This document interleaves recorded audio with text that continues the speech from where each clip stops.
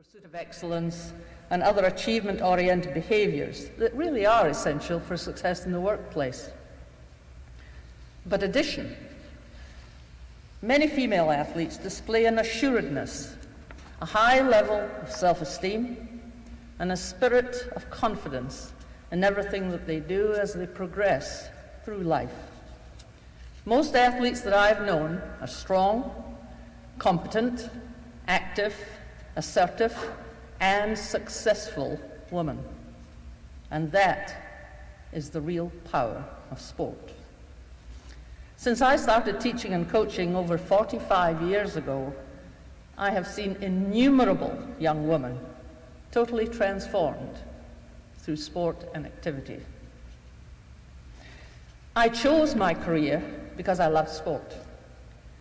But what gave me the passion to continue to fight for equal opportunities was the unshakable belief that a sport experience can truly empower a woman, perhaps better than any other experience. Self-confidence, self-esteem, pride, competence, assertiveness, and on top of all that, physical skill, power, and strength. Now that is empowerment.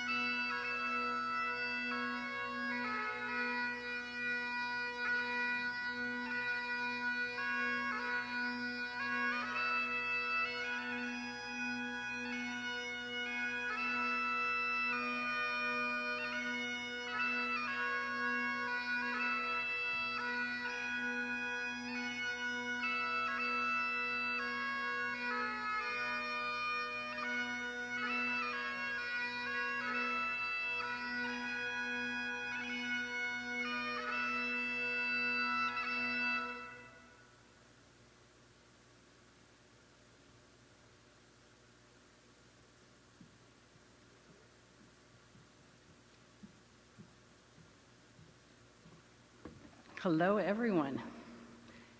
Many thanks to Derek Grant of the Black Hawk Pipes and Drums for that incredibly expressive processional. Derek isn't related to Christine, but he was born just a few miles from where Chris grew up in Scotland. I'm Liz Ullman, and I am humbled to be among this group of family, friends, and colleagues who are here to honor the life and legacy of Dr. Christine H.B. Grant.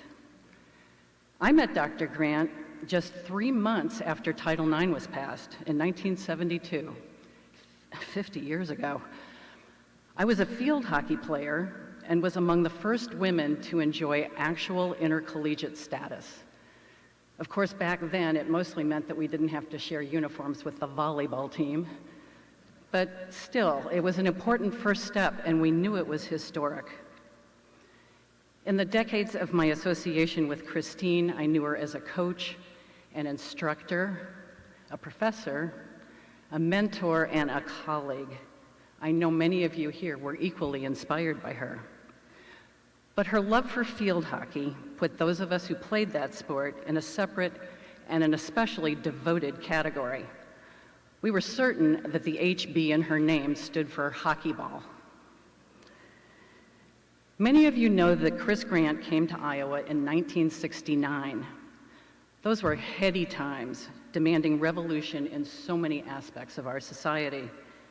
And leading the revolution for gender equity in sport was Chris Grant. And of course, her colleagues and lifelong friends, Bonnie Slatton and Peg Burke. It was a time of change and upheaval, Vietnam, civil rights, and what was then called Women's Lib. There was a political feminist group here in Iowa City that published a manifesto under the title that had been coined by Sojourner Truth a century earlier. It was called, "Ain't I a Woman?" And that was some call to action. Incidentally, it had the same acronym as another effort demanding equality, and that was the AIAW, the Association for Intercollegiate Athletics for Women. The people who will be speaking here today likely have at least one thing in common. They were all the first woman to just fill in the blank. With Chris's help, I was one of the first women to work in college sports information. But Christine was the very first of the first. I remember joining her at a Big Ten Athletic Directors Conference in 1974 at their headquarters just outside Chicago. This was a group who knew each other really well. They traveled together, their teams competed against each other, they were golfing buddies, they were likely drinking buddies, and of course they were all men. Chris shows up at this conference in a gorgeous suede pantsuit. Oh my God, what a power statement. And she gets what can only be described as a somewhat tepid reception. But as all of you know, Chris could be both charming and disarming. After she made her case for the legal necessity for universities to support women's athletics, one AD grumbled that he only liked his women in the prone position. Oh, the air went out of the room, and everybody looked at Chris. She folded her arms, she leaned back in her chair, and she said, "Don't you mean supine?" The room exploded in laughter, and she was in. That was the moment. Christine lived what she taught. Her lessons have informed my own life and my career. Lessons like, we deserve to be taken seriously, and in turn, we must take ourselves seriously. And another, if we didn't win, but we did what we came to do, then we also did not lose. And her most enduring lesson, always strive for excellence. I am so glad to have known her, and so sad that she is gone. But she will live on because of her vast accomplishments and her tremendous far-reaching influence.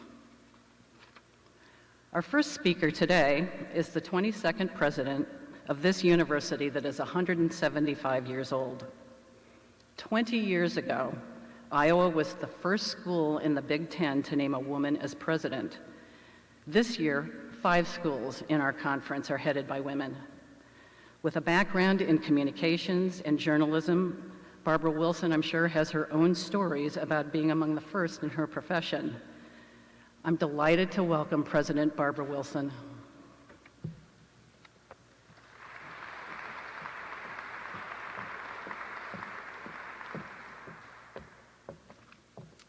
Thank you, Liz. I'm really delighted to be here, and I especially want to welcome the family of Christine Grant. We're so pleased that you're here.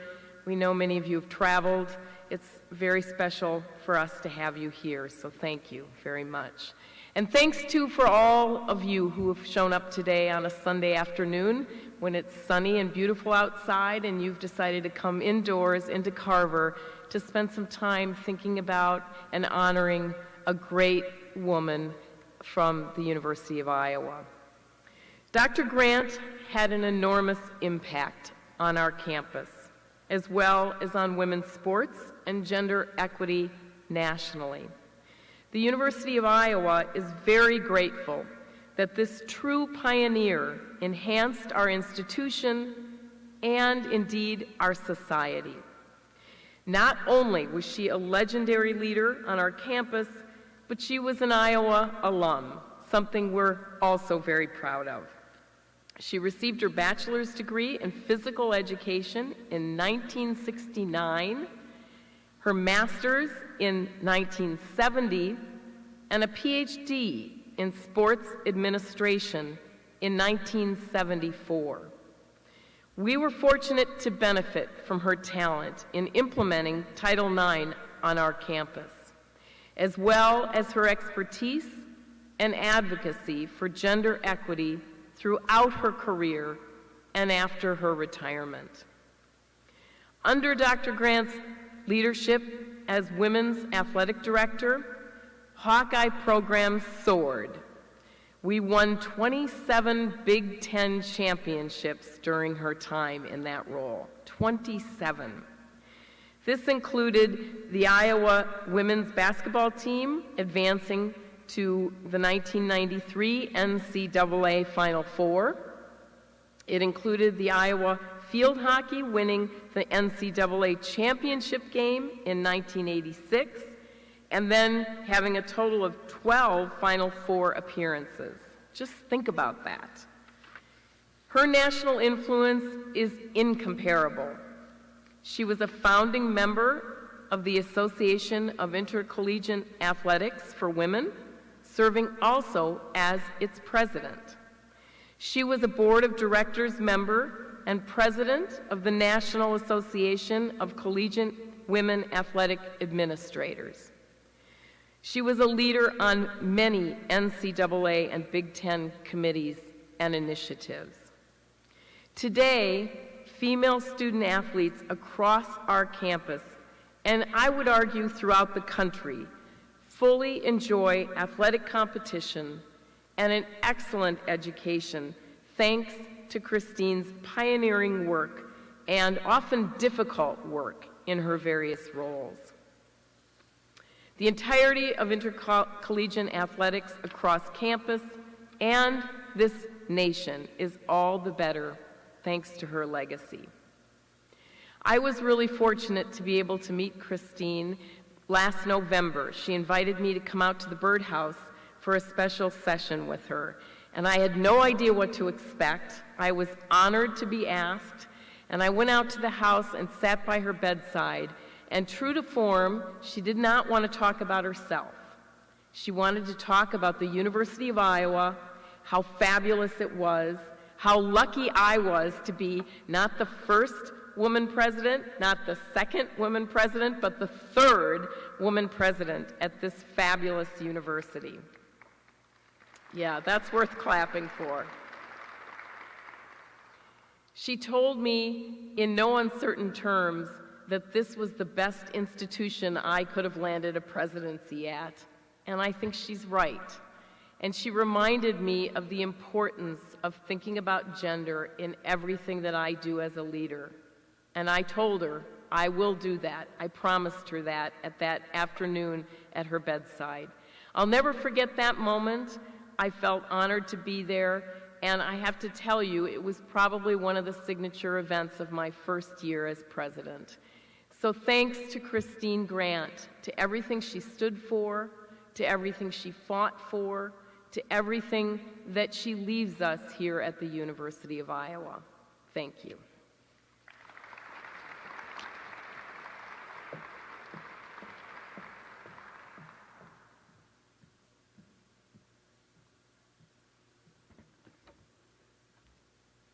It's amazing to see what has happened to women's athletics in the 50 years since Chris Grant essentially invented it.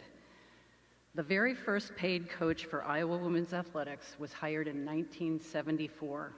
That was Lark Birdsong, who coached basketball.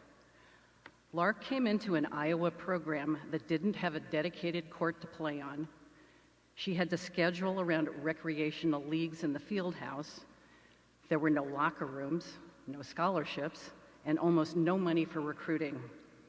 There was absolutely no media interest, and I say that as a former sports information director. Lark took it all in stride. In fact, she had such a low-key approach to coaching that it took her 5 years to earn her first technical foul. After her college career, Lark went on to manage a professional women's basketball team. And with regard to Hawkeye basketball, Lark got the ball rolling. I'd like to welcome Lark Birdsong.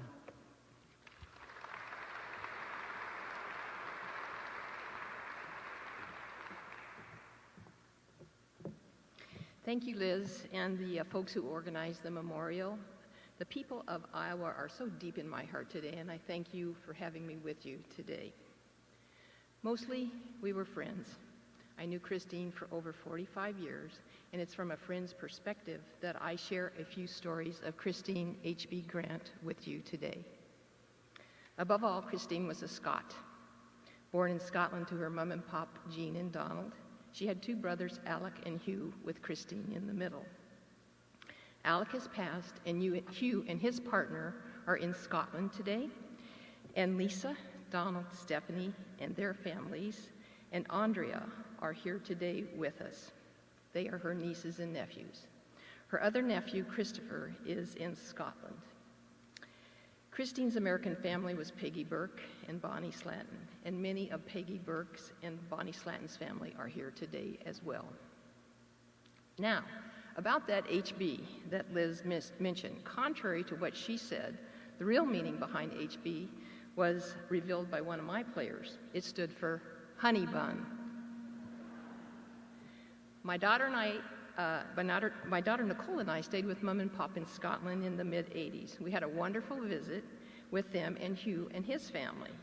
During our visit, I told Hugh, I love his accent. He laughed at me and said, over here, my dear, it is you who has the accent.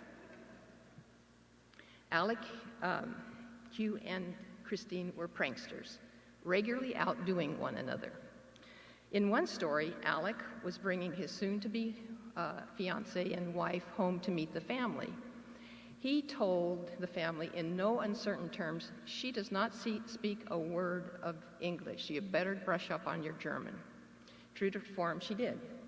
The day came, she was in a tizzy as the story goes. She ran to the door, she threw the door open, ready to greet Gudrun in perfect German, when Gudrun says, hello, you must be Christine.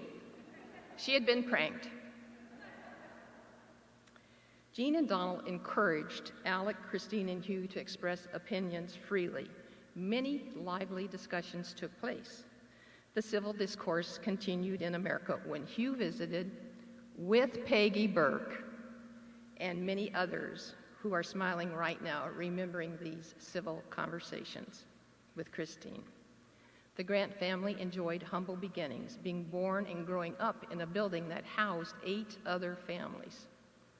Christine was the only girl, and she regularly competed with 8 boys in the sports center created in the backyard. As young kids, Christine, Alec, and Hugh and the other boys would regularly scale a 10-foot telephone post with a guide wire so they could get to Grange Elementary School earlier. After Grange, Christine went to Boness Academy and fell in love with field hockey, which became her favorite sport. Hugh thinks it must have made her laugh in later years to recall the terrain on which she played on during her teenage years. The hockey pitch was a rough field, full of divots and on a slope, maybe a little like hockey was for Iowa's early days. Hugh's partner, Margaret, knew Christine at Boness, and Margaret was a beginner, and Christine had achieved the Queen's Guide Award. The youngsters waited on Christine's every word, and after she left Dunfermline College, Christine went back to help with camps. Some important skills she taught the kids, in addition to camping, were how to find the nearest fish and chip market, and, importantly, how to organize a safe all-night, overnight hike and finish up at the Aberdeen Fish Market at 7 a.m. in the morning. After Boness Academy, she went to Dunfermline College. A place had become available earlier than had planned, and this took Mom and Pop a bit by surprise because they suddenly had to come up with the unexpected costs. Friends, family, and one of Christine's teachers supported her so she could take her place at college. Later in life, Christine set up a fund in the name of her Mom and Pop to help the students at Grant Elementary School in North Liberty, Iowa. At the end of her coursework, Christine taught for 5 years in Scotland. She met Barbara Hart, who encouraged her to move to Vancouver to coach the Canadian field hockey team. As Hugh says, the rest is history. While I was a coach at Iowa, we started looking at Iowa basketball arenas to get ideas for the soon-to-be-built Carver Hawkeye Arena. Christine Bumplute and I flew in to visit several arenas.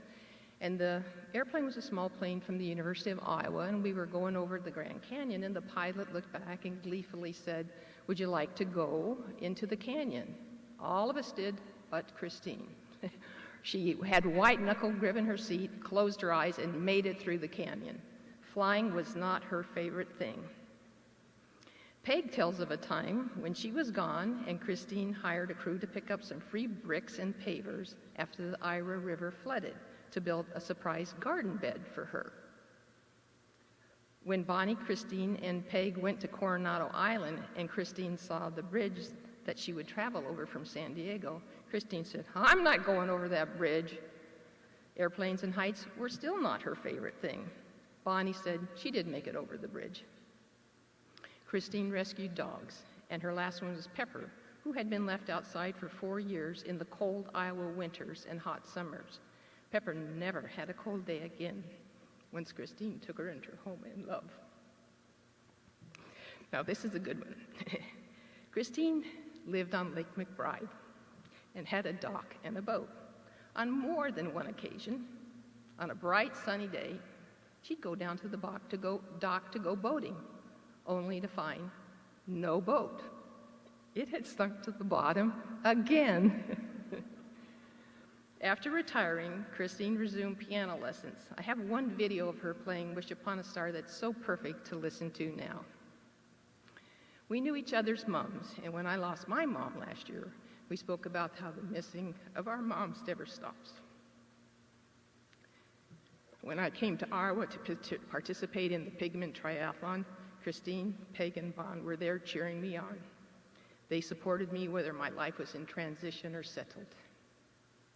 In April 2021, I was out to help Christine. Some UFI folks wondered if she would like to record a video now for the 2023 reunion. Christine said she wanted to think about it. In July, when I returned, I asked about the video, and she thought about it, and she says, "No, I think I've done enough." Proud of the accomplishments for equality, Christine was also disappointed in the lack of equality, with glaring examples still occurring 50 years later.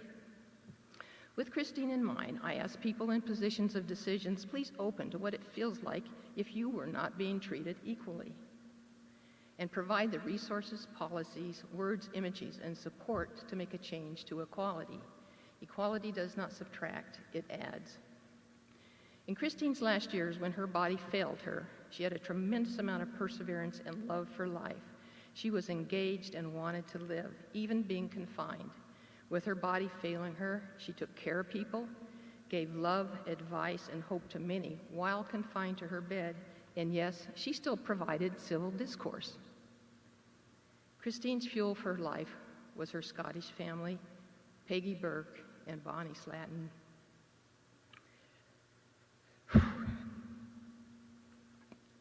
Bonnie and Peg, you were her family for over 50 years.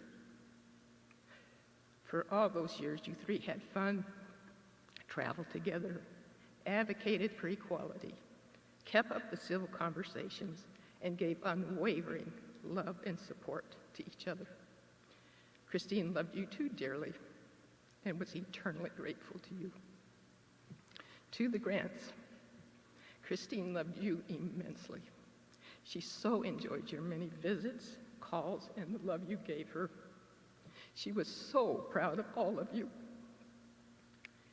Several people helped Christine in many ways over the years. She treasured your calls, cards, conversation meals, and visits. With Christine's passing, it's not our inheritance of what Christine, Peg, Bonnie, and others have accomplished to give women and girls opportunities that we celebrate today. That is their gift to us. Rather, our inheritance is in what remains to be done. That is our mandate for now and in the future until equality is achieved. Let's fill the emptiness Christine's passing has left us with acts of equality and gratitude for those who are still here. Thank you, my dear great Scott Christine, all the Grants, Peg and Bonnie, for what you have given me.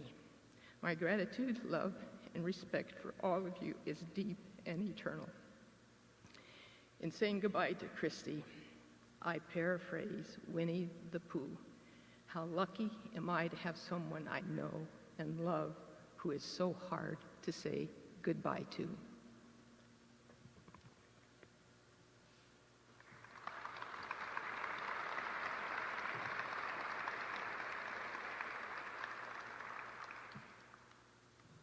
I'm delighted to introduce Judith Davidson.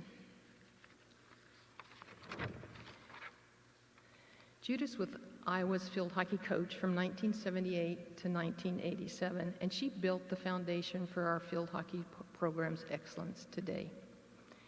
With a perfect 10 national championships appearances, 7 Big Ten championships, and 1 NCAA title in her 10 years at Iowa. Judith, I'm delighted to welcome you.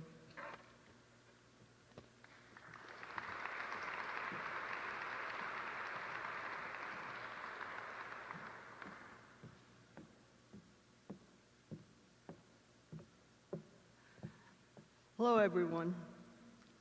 Normally, I would love to be in Iowa City, but not for this reason. Like so many of you, I have Chris to thank for bringing me to the University of Iowa. And the following is true. I was finishing my PhD studies at the University of Massachusetts, preparing to be a full-time academic and giving up coaching field hockey. I had just returned to UMass from a North American Society for Sport History conference in Banff, Canada, where I'd had several conversations with someone named Chris Trent. This is true. While I was in my office back at UMass, I was told there was a call for me from a Christine Grant. I was certain they misunderstood, and it was Chris Trent calling. And as the saying goes, the rest is history.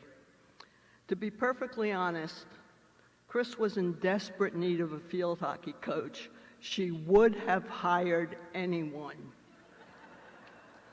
I did not plan to continue coaching, but her vision for the women's athletics program was so persuasive that I agreed to visit. And immediately following our conversation, I looked at a map to see exactly where Iowa was. I feel extraordinarily fortunate to have been here during what I would call our halcyon days, when under Christine's leadership, our entire program began to grow. Here's an example. You've already heard this, but during my first year, we shared warm-up suits with the track team. I don't believe any of the men's team shared uniforms with each other. Soon, not only did we have our own warm-ups, but they were also appropriate for the late, cold fall weather in Iowa. I will also never forget when my colleague and dear friend Diane DeMarco said she needed footies for the gymnastics team. Chris wanted all the coaches to vote on whether or not we would fund them. Chris, we said, if Diane says she needs footies, she needs footies. Sometimes it was a struggle, but we were always moving forward. Then there was our home field, the lawn in front of the student union. Yes, that's right. My favorite practicing there was the week before homecoming, when the students held a bash the car event that happened to occur during our practice. Remember that? Just imagine what semi-sober undergraduates can do with a sledgehammer and an old car destined for destruction. And then there was the condition of the field. Chris was not pleased when I complained to then Vice President Casey Mahon about potential danger to the players due to an inadequate playing surface. Soon after that, we were practicing and competing in Kinnick Stadium, which at the time had an artificial turf field. Later, we also gained access to the football indoor practice facility. Even though we were always subject to football schedule, it was nevertheless a major improvement, and I know Chris was behind our being able to use the artificial turf fields, which makes our sport so very much better. Facilities are one thing, but what really helped our program grow was the full complement of athletic scholarships, which enabled us to bring outstanding young women to Iowa. They are the ones who made the program, and it was Christine's leadership which provided access to scholarship resources. I am quite sure that during my time at Iowa, not only were we in the vanguard of providing field hockey scholarships to female athletes, but we led the rest of the country in providing scholarships for all women's sports, all due to Chris's advocacy for female athletes. In closing, I am amazed and probably somewhat envious of the current facilities, the support, the chartered flights to distant competition, not to mention coaching salaries, but I wouldn't change 1 minute of my time here. And I thank Chris not only for bringing me to Iowa, but also for providing me the opportunity to participate in the vanguard of women's intercollegiate sport in the United States. The continued success of the Iowa women's athletics teams is certainly a tribute to Christine's legacy. As an historian of sport, I can confidently say none of it would have happened without Christine Grant and her passion for building this program. So I thank you, Christine Grant, as well as Bonnie Slatton and Peg Burke, for leading a movement that continues to grow, not only here in Iowa and the United States, but worldwide. I personally am so fortunate to have been a small part of this seismic change. No longer will girls and women be content with sitting on the sidelines, be it the sidelines of a playing field or the sidelines of society. And we will never go back. It was your leadership that helped change the world. Thank you, Chris. May your legacy here live forever. Thank you, Iowa, for supporting Christine's vision. Go Hawks.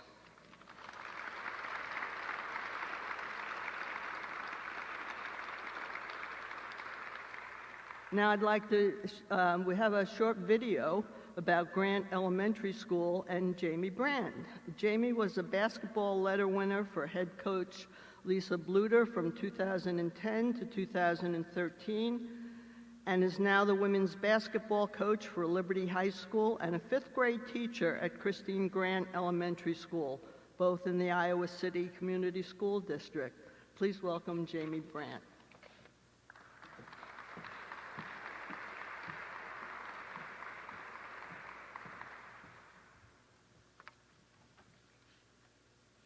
Hi.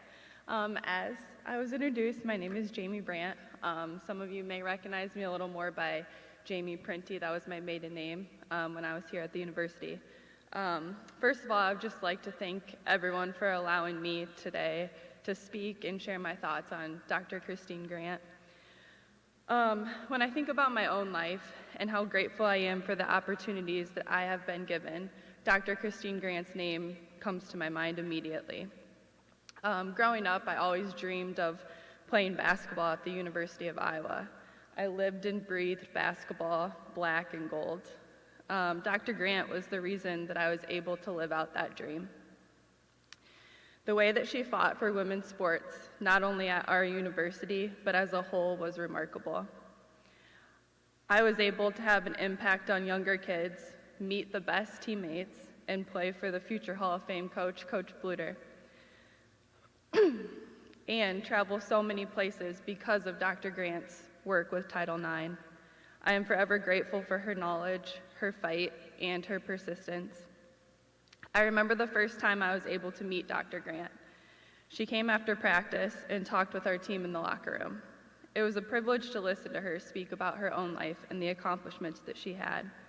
I also remember our Iowa coaches always talking about women's rights and how blessed we were as a team to get to be able to compete, to get scholarships, and all of the other privileges that we had. The older I get, the more I realize how much Christine Grant did for all of us student athletes, and for that, I'm forever grateful. After my basketball career came to an end, I didn't know exactly what I wanted to do with my life. For a while, I went into medical sales, but I wasn't happy. I then got into coaching, and I felt at home again. I was able to provide opportunities to young athletes that I was fortunate enough to get as a student athlete. I then went back to get my teaching degree. I am currently a 5th grade teacher in North Liberty. I love my job, I love my students, but most importantly, I love the school that I get to work at. I work at Christine Grant Elementary School. I get to work at the building named after one of the most important and influential people that women's athletics has ever had. I get to work at a school named after one of the most hardest working, most positive role models that I have ever had. I get to work at a school and try to have the most positive impact on my students each and every single day while trying to represent what Christine Grant represented for so many of us. She was one of the people that allowed me to dream big, and now I get to help other students and athletes dream big. Thank you, Dr. Christine Grant, for everything that you have done for not only myself, but for the community as a whole. Please direct your attention to the video board for a short video tribute from members of the Iowa Athletics Department, coaches, and staff. Thank you. I don't know if I have the words to do justice or to accurately describe what Dr. Grant has meant to me and to our Iowa field hockey family. Her impact on my career as a female athlete and coach was transformational. I first met Dr. Grant when I was 17 and being recruited by Iowa. It was a privilege to meet her at that time in my life, and the opportunity to be a student athlete at Iowa under her leadership in the late 90s was life-changing. I feel even luckier to have had her presence, friendship, and guidance during the last 20 years of my coaching career. I wore this sweatshirt today for Dr. Grant because it was her absolute favorite logo, and it represents to so many women the unbelievable pride, history, tradition, and championship culture that she created within women's athletics at Iowa during her 27-year tenure as athletics director. For almost 50 years, each time the Iowa field hockey team ran out onto Grant Field, appropriately named in her honor, Dr. Grant was there. Iowa field hockey would not be what it is today without her, and I know I speak for the countless women who have had the opportunity to play and coach for this program that Dr. Grant's memory deserves nothing less than our endless gratitude. She unquestionably dedicated her career and life to the belief that the world is a better place when women have an equal opportunity to compete at every level and on an equally challenging field upon which to achieve their goals. We will strive to live up to her example of excellence and especially to champion her life's work of creating equal opportunities for girls and women in sport and life. Thank you, Dr. Grant. Dr. Grant's legacy will be remembered as somebody that has provided opportunity for thousands and thousands of girls and women to enjoy the benefits that come out of participating in sport. And I'm always amazed because Dr. Grant is known on a national level. I mean, she has received awards nationally, and yet sometimes locally we forget about this woman that's an icon in our own community. And that's why I was so excited when they named the Dr. Christine Grant Elementary School in North Liberty, because it kind of brings more attention to her right here in our community. Dr. Grant meant so much to me personally because she obviously hired me to be the coach here at the University of Iowa, but I know she paved the way to give me opportunity to be the head coach here for many years, and just to be a part of the game of women's basketball. She has done so much for all sports, and especially, women's basketball. She's in the Women's Basketball Hall of Fame. She taught me to think in a different way. She taught me to realize inequities that I hadn't seen before. She opened my eyes to some of these issues. When I made it to state as a high school senior, Dr. Grant was the speaker at the breakfast that year. And I remember being so inspired. And I think I've always been kind of an old soul. I think at the breakfast, a lot of people were probably trying to think about, winning the game, or maybe weren't as focused on the tidbits of Title IX. But I remember just being, so enamored with what Dr. Grant was saying, and I remember introducing myself to her. And then I went on about my way and so forth. But then watching and learning even more about her as my college career unfolded, obviously being at Drake and everything Dr. Grant was doing and had done, and then getting to come over here. My mind flashes back to that moment at Vets Auditorium in Des Moines, and which the girls' state tournament in this state has a whole lot of lore.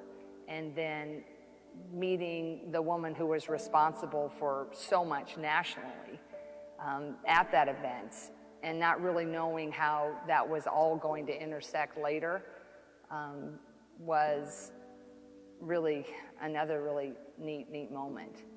One of the great gifts that Dr. Grant gave to the student athletes here on the women's programs at Iowa was the time and dedication she took to picking the best leaders and mentors as head coaches for the women's student athletes at Iowa. She was famous for having a really difficult vetting process when she went through her hiring searches. And it was really important for her to hire the best people to be able to come in here and lead the young women. And I was a beneficiary of having tremendously positive head coaches who impacted my life as a student athlete at Iowa. And so I'm so grateful for her for hiring wonderful men and women that led me throughout my collegiate career. And in addition to being such a giant on the national stage, Dr. Grant was somebody who was personally invested in all of the women's student athletes that were here at the University of Iowa. For me personally, one of my favorite stories is there was a cold winter day in January when she had sent a request for me to join her on a trip to an iClub event in southern Iowa. And I met her and we got in her red sports car and drove about 45 minutes south to visit an iClub function at an Elks Hall. And she spoke to me about Iowa and asked about my personal experience and my academic areas of studying on the drive down. And we got out of the car and she told me just to be natural and go ahead and speak and tell my story to the donors who were at the iClub function. And we had a wonderful evening together. And it's one of the memories that I always treasure about her is that she gave opportunities to young women to also be involved and to do public speaking and to tell their stories. She also always was invested in my career, and she wrote my letter of recommendation to an internship at the White House. She wrote my letter of recommendation to law school. She took time and wanted to be involved in my successes and wanted to advocate for me in a way that extended beyond my experience here as a women's tennis player. Dr. Grant's accomplishments are well documented, but maybe the greatest tribute that could be paid to her is seen through the thousands of lives upon which she had an incredible impact. The respect and admiration of all those people with whom she came in contact is, to me, maybe the greatest trait that I can associate or think of as it relates to Dr. Grant. So saddened for the loss of a great leader, but it does give us a chance to really celebrate a life that accomplished so much and had a positive impact on so many people. We're going to miss her, but certainly respect and admire all that she did during her lifetime.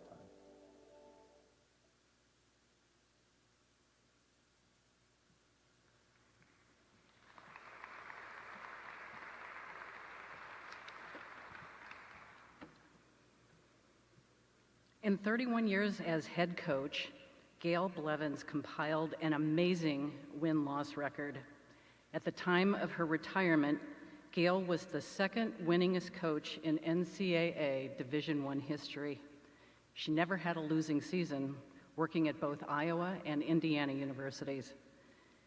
Gail's name appears in 3 different Halls of Fame: the National Fast Pitch Coaches Association Hall of Fame, the Indiana University Hall of Fame, and she was inducted into the Iowa Athletics Hall of Fame in 2016. Those acknowledgments speak to the immense and lasting effect Gail had on the hundreds of athletes she worked with. athletes who embraced the challenge of competing at the highest level and the privilege of being coached by one of the very best. Gail worked with Christine Grant for 22 years.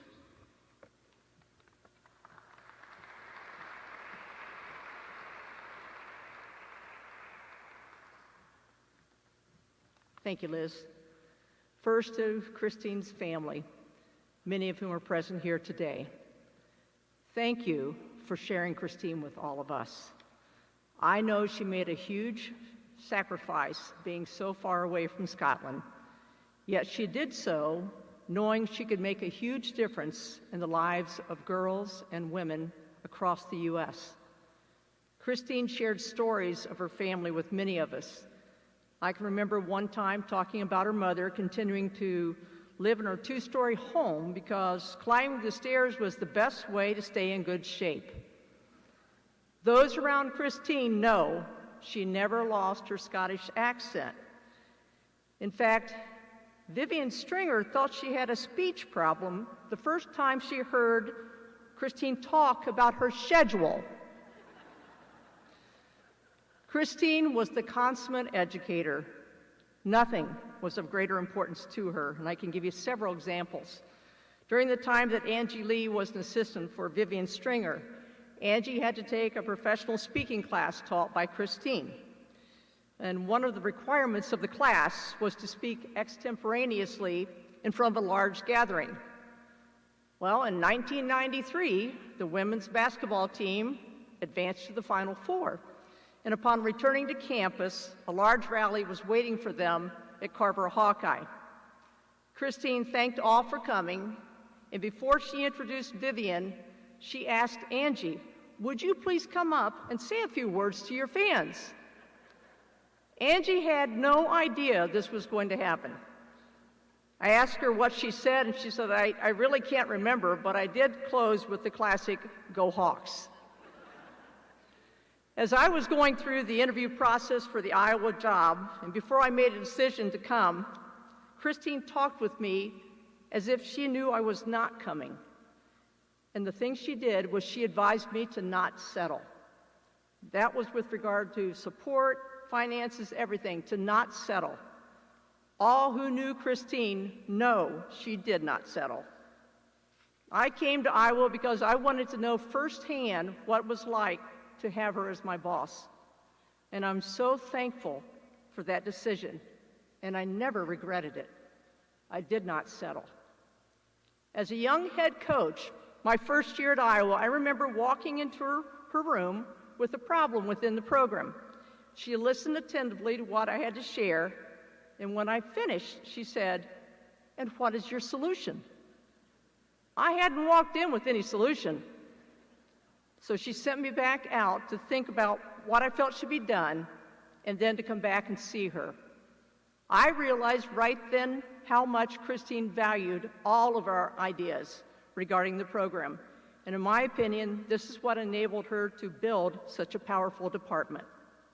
I never went back into her office again without a solution, and I have shared this lesson over and over again. Throughout the years, Christine and I became very dear friends. At the beginning of each academic year, Christine delivered something that we referred to as the State of the Union Address to the entire women's athletic department, to the staff and to the coaches and our student athletes, and I loved this. My favorite one was her presentation on going from being a young girl to womanhood. What a powerful message for all. I believe you could ask any number of the young women present at that presentation, and they would be able to share their perspective on how this impacted their lives. You know, research shows that the top 3 qualities that employees typically value most in their bosses are encouragement and support, giving praise and valuable feedback, and valuing the opinions of others. The greatest leader I ever worked for was Dr. Christine Grant. She was everything I thought she would be and more. She cared about her entire staff, her administrators, her coaches, her student athletes. Her vision for Iowa women's athletics was crystal clear. Her values aligned with everything that I personally believed in. She always sought our input. And her coaches, well, we were her team. She knew if she hired great people, the rest would take care of itself. She empowered her staff to drive the vision of the program. She collaborated with all, wanting to hear our take on issues and concerns.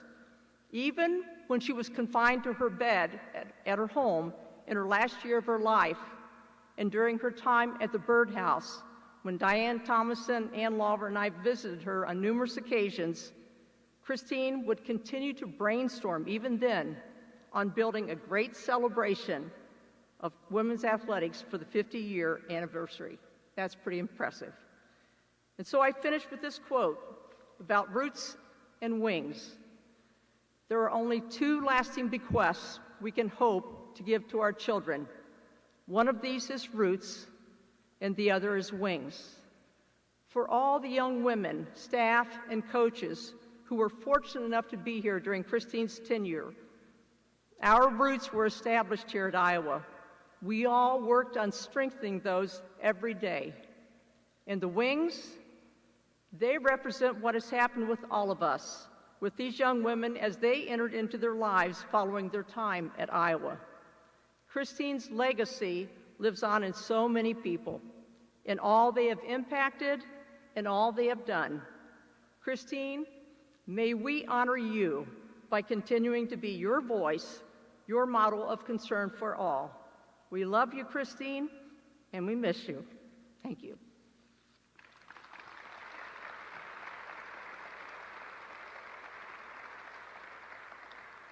Now it is my honor to introduce Judy Sweet. Judy was the first woman elected Secretary-Treasurer and President of the NCAA. She began her career in the AIAW and became a key advocate for women's athletics in the NCAA. Judith was a close colleague and friend of Christine's. She was also the first female athletic director to run both the men's and women's programs at UC San Diego. Please join me in welcoming Judy Sweet.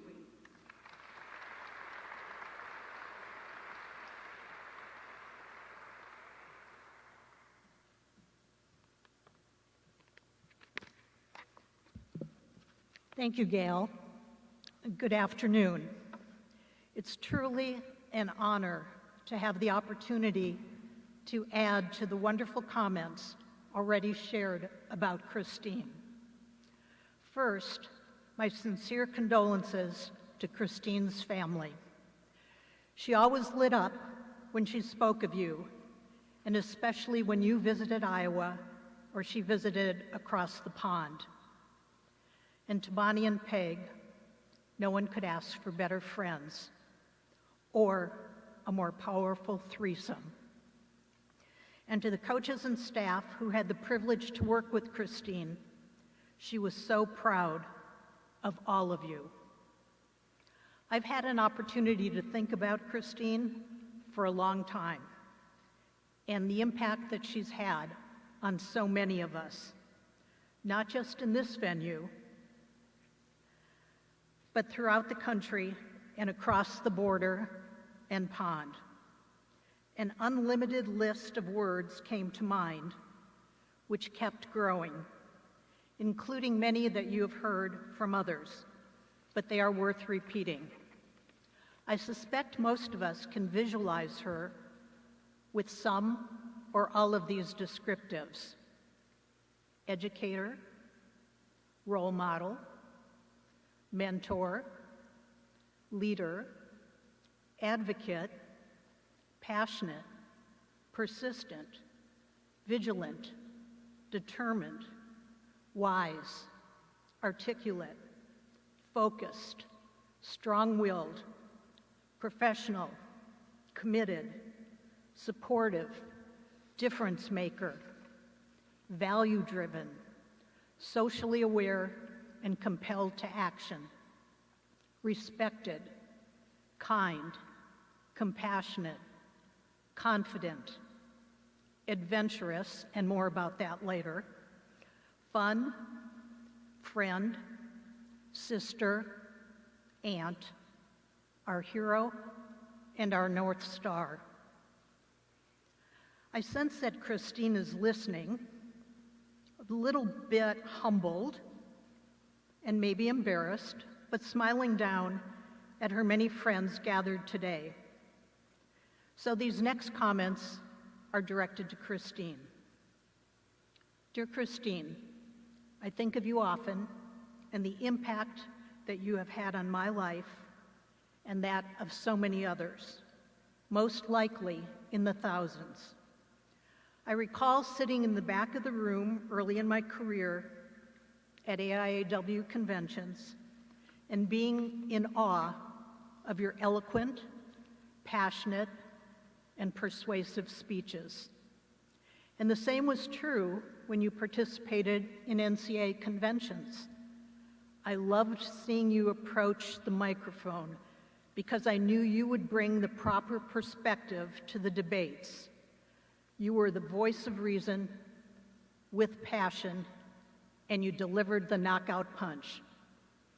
As a result, I would watch, listen, and learn. That was what I tried to do when I was in your company. I was pleased to get an up-close experience when I served on the board of CCWA, the Council of Collegiate Women Athletic Administrators, which then was changed in name to NACWA, the National Association of Collegiate Women Athletic Administrators, and now is called Women Leaders.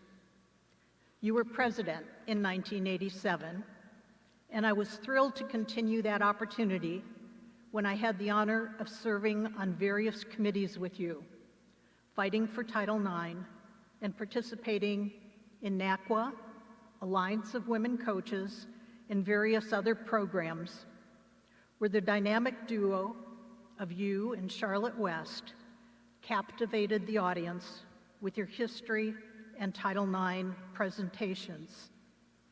The two of you easily presented together for more than 50 times, and I would sit in the back of the room and watch, listen, and learn. All audiences, coaches, administrators, and students were also spellbound.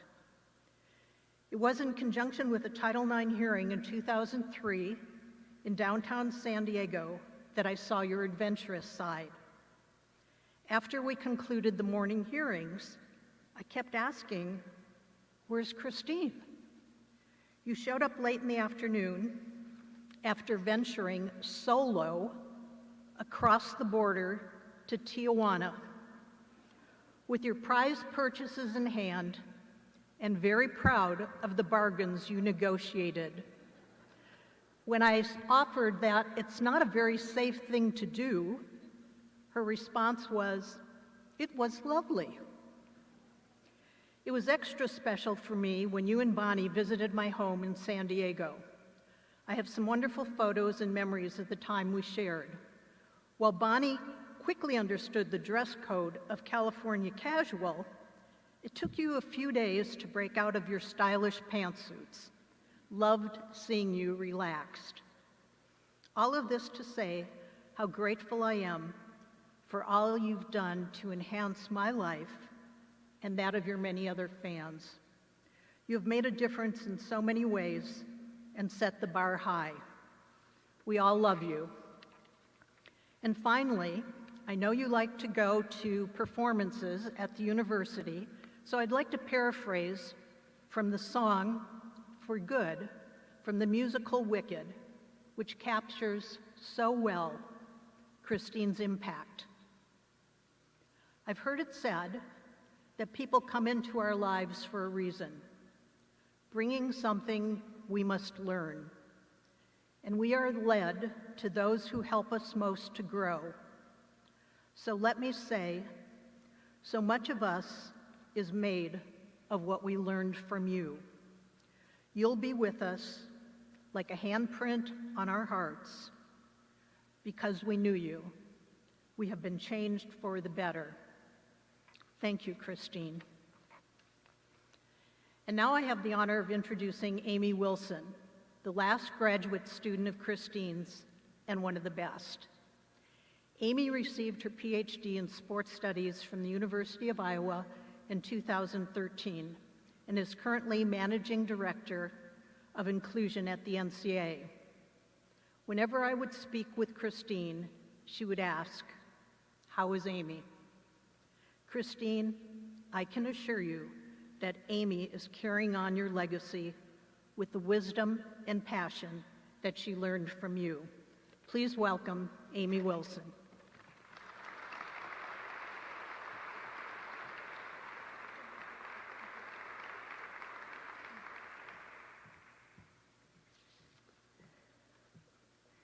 Thank you, Judy. I appreciate your mentorship and friendship so much. To Christine's family, to Bonnie and Peg, her dearest friends, to Hawkeye Nation, to all who have gathered here today, it is an honor to be with you for this celebration of Dr. Christine Grant's life. I am beyond grateful for this opportunity to pay tribute to her. I believe that I can best use my time today honoring her legacy by talking about Dr. Grant as a professor, mentor, and as the nation's leading expert on Title IX and gender equity in athletics. As Judy noted in her introduction, I am Dr. Grant's last PhD student, a title by which she always introduced me. Attending the University of Iowa to pursue my PhD in the Department of Health and Sports Studies was one of the best decisions of my life. Not only was Dr. Grant an extraordinary professor and mentor, but I also had the opportunity to study with other internationally known scholars, such as Dr. Susan Burrell, Dr. Tina Parrott, Dr. Bonnie Slatton, and I just missed Dr. Burke with her retirement. My educational experience was transformative. Dr. Grant taught us so much that would enable us to be successful in our future professional roles in athletics. She challenged us to develop our philosophy of leadership and our value system. She guided us to understand the importance of consistency. Some find consistency mundane, she told us, but when others believe your actions will always directly reflect your value system, they will follow you. You will all rise together. It was incredible to learn about the history of women in intercollegiate athletics and Title IX from Dr. Grant and my other professors. I became very interested in the history of the Association for Intercollegiate Athletics for Women, or the AIAW, which has been mentioned many times today. This organization, this dynamic, record-setting, historic organization, was founded in 1971, and several at the University of Iowa were intricately involved in not only its formation, but its leadership. The AIW era was very special to Dr. Grant. During this time, remarkable women leaders at the University of Iowa played an important role, a critical role, in creating participation opportunities and breaking down barriers for girls and women in sport. Dr. Grant and Dr. Peg Burke served as its presidents, and Dr. Bonnie Slatton served in the role of its executive director. This organization's foundational principle was that the purpose of athletics was to enrich the life of the participant. And that is the way Christine lived her life, and that is the way she led in athletics. In one of the many conversations that we had about the AIAW while I was working on my dissertation, Dr. Grant stated, "Throughout history, have women ever been or since organized and led on a national level like they did with the AIAW? I think not." The AIAW leaders organized and led the fight to preserve Title IX's application to athletics when there was a major backlash against the law shortly after it was passed. The great irony of the AIAW story is that while their fight for a strong Title IX succeeded, the AIAW had to close its doors in the early 1980s when the NCAA initiated, and I quote Dr. Grant, a hostile takeover and began to offer national championships for women that directly competed with the AIAWs. To their credit, many of the AIAW leaders including Christine, Bonnie, and Peg, regrouped and persisted. They joined NCAA committees and led the charge for change in the male model of sport, change that reflected the AIW's values. During the AIW era, Dr. Grant developed lifelong friendships with other prominent and influential women in intercollegiate athletics, leaders like Dr. Charlotte Rust and Judy Sweet, Dr. Sharon Taylor, many who joined Christine and her Iowa teammates to effectuate positive change across intercollegiate athletics over the past 40 years. In the decades following the AIW and her ongoing leadership of women's athletics at Iowa, Dr. Grant taught thousands of people across the country how Title IX applies to athletics and worked steadfastly to debunk myths about the law. She served as an expert witness on high-profile legal cases. Dr. Grant tracked and analyzed gender equity data for NCAA schools and high schools and presented it all over the country. Her presentations garnered standing room only crowds, packed rooms in which you could hear a pin drop because all were listening intently to every word. They knew they would hear the most current data that depicted the progress and lack thereof for girls and women in athletics. She would show a data slide, perhaps one that captured something like the number of girls playing high school sports today has still not reached the number of boys competing when Title IX was passed in 1972. And that is a fact. More work to do. After she would share one of these facts, she would follow it in her legendary Scottish brogue. Can you imagine that? Can you believe that? And she would let us all think about it a little before she said, and what are we going to do about it? In 2019, Dr. Grant asked me to update her gender equity data slides for the one final time.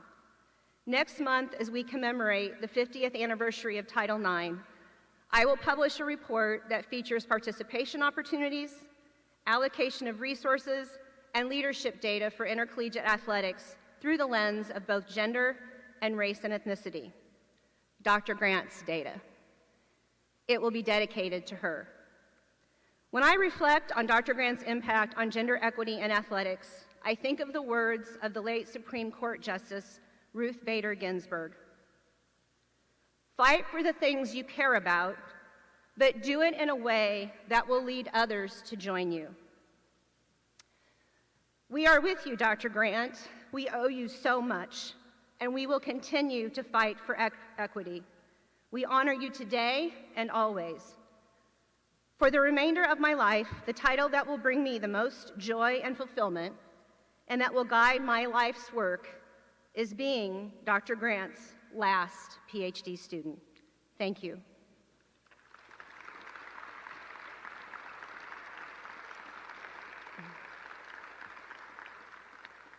I now welcome to the stage this afternoon's final speaker, Barbara Burke, who brought more than 25 years of experience in collegiate athletics administration to Iowa when she joined the athletic department in 2016. She currently serves as Iowa's Deputy Athletics Director, Chief Operating Officer, and Senior Woman Administrator.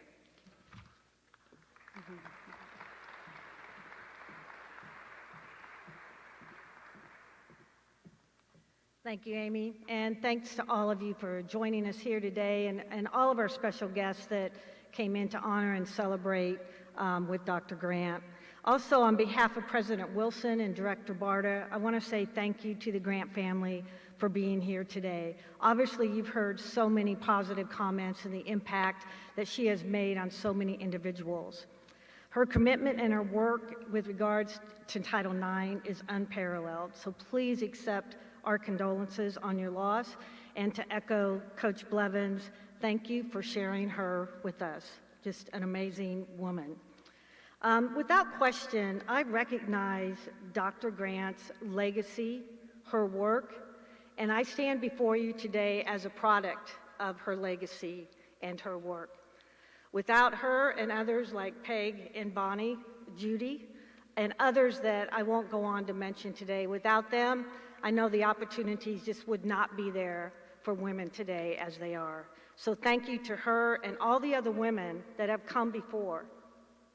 In my current role, I take great responsibility that I have to carry the torch forward. They led to this generation. It's my responsibility to lead that next generation of great women leaders. I want to lead, guide, direct, mentor young women and girls through that next phase of intercollegiate athletics. There are many ways to continue this work, but another passion of Dr. Grant's was education. It was extremely important to her. It's important to us. That's why student athletes come to the University of Iowa, not only to compete, but to go to school, earn a degree, and carry on. That's why today I am thrilled to share with you that planning has already begun in developing and renovating a space within the Carroll Athletics Hall of Fame dedicated to the continuing education of Title IX. The UI, that deserves an applause. Thank you. The UI Athletics Department, UI Campus, and the community are currently working together to develop educational programming and a museum-style exhibit that will be open to the public. This will allow us to continue to celebrate the history of Title IX and UI women's athletics for many, many years to come. Dr. Grant's work will live on. In addition, I'm excited to announce that the Department of Intercollegiate Athletics commissioned a documentary titled Unshakable Belief, the Dr. Christine Grant Story, to be released in August of 2022. In closing today, we are pleased to share a trailer of Unshakable Belief, the very first public showing.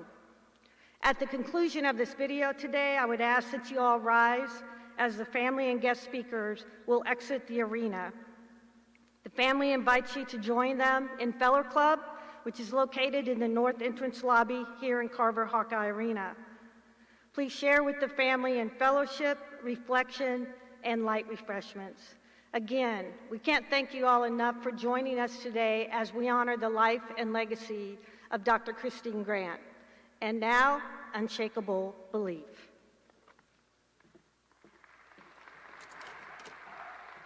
I went to my very first football game, and I was blown away. I had never seen anything like that. I thought, wow, this is terrific. Now, what do we have for women? And I got the shock of my life. I was told, in no uncertain terms, women were not interested in sport. Well, I couldn't accept that. Everybody that knew anything about women's athletics knew Christine Grant. When she became the women's athletics director at Iowa in 1973 and AIAW was starting to grow, those strong women leaders like Christine Grant and the other AIAW presidents that lobbied for Title IX that fought for it. And she really brought a coalition of people together and really started a movement. She was not afraid to stand up in front of a group of men who some scoffed at her and made fun. I can't imagine some of the battles that she had to undertake. Because we have nothing to lose and we have absolutely everything to gain. Christine was the force, a very powerful force leading the charge. At the forefront of changing intercollegiate athletics on behalf of young girls and women in sports. The official attendance was announced as 22,157. Linda and I handed that scrap of paper to Christine as she sees 22,157. And she says, that can't be. That can't be. We can't have that many people in here. The university was forced to write me a letter of reprimand the next day, which was fine. I framed it. Yeah, you framed it. We're really geared toward developing an excellent program. But I don't think we're going to be very satisfied if we're just achieving excellence in athletics. She was a legend before she was a legend. We can all feel the effects of what she did. She just went to bat every single day. It wouldn't be possible without fighting for this opportunity. I would describe her as a pioneer. She was so proud of us as athletes, but she fought so much harder for us as women. She was fighting, not only here at Iowa, but she was fighting at the Big Ten level, at the NCAA level, and then nationally, in front of Congress to help define what Title IX really meant toward athletics. How did she do it all? I have no idea. I chose my career because I love sport. But what gave me the passion to continue to fight for equal opportunities was the unshakable belief that a sport experience can truly empower a woman, perhaps better than any other experience.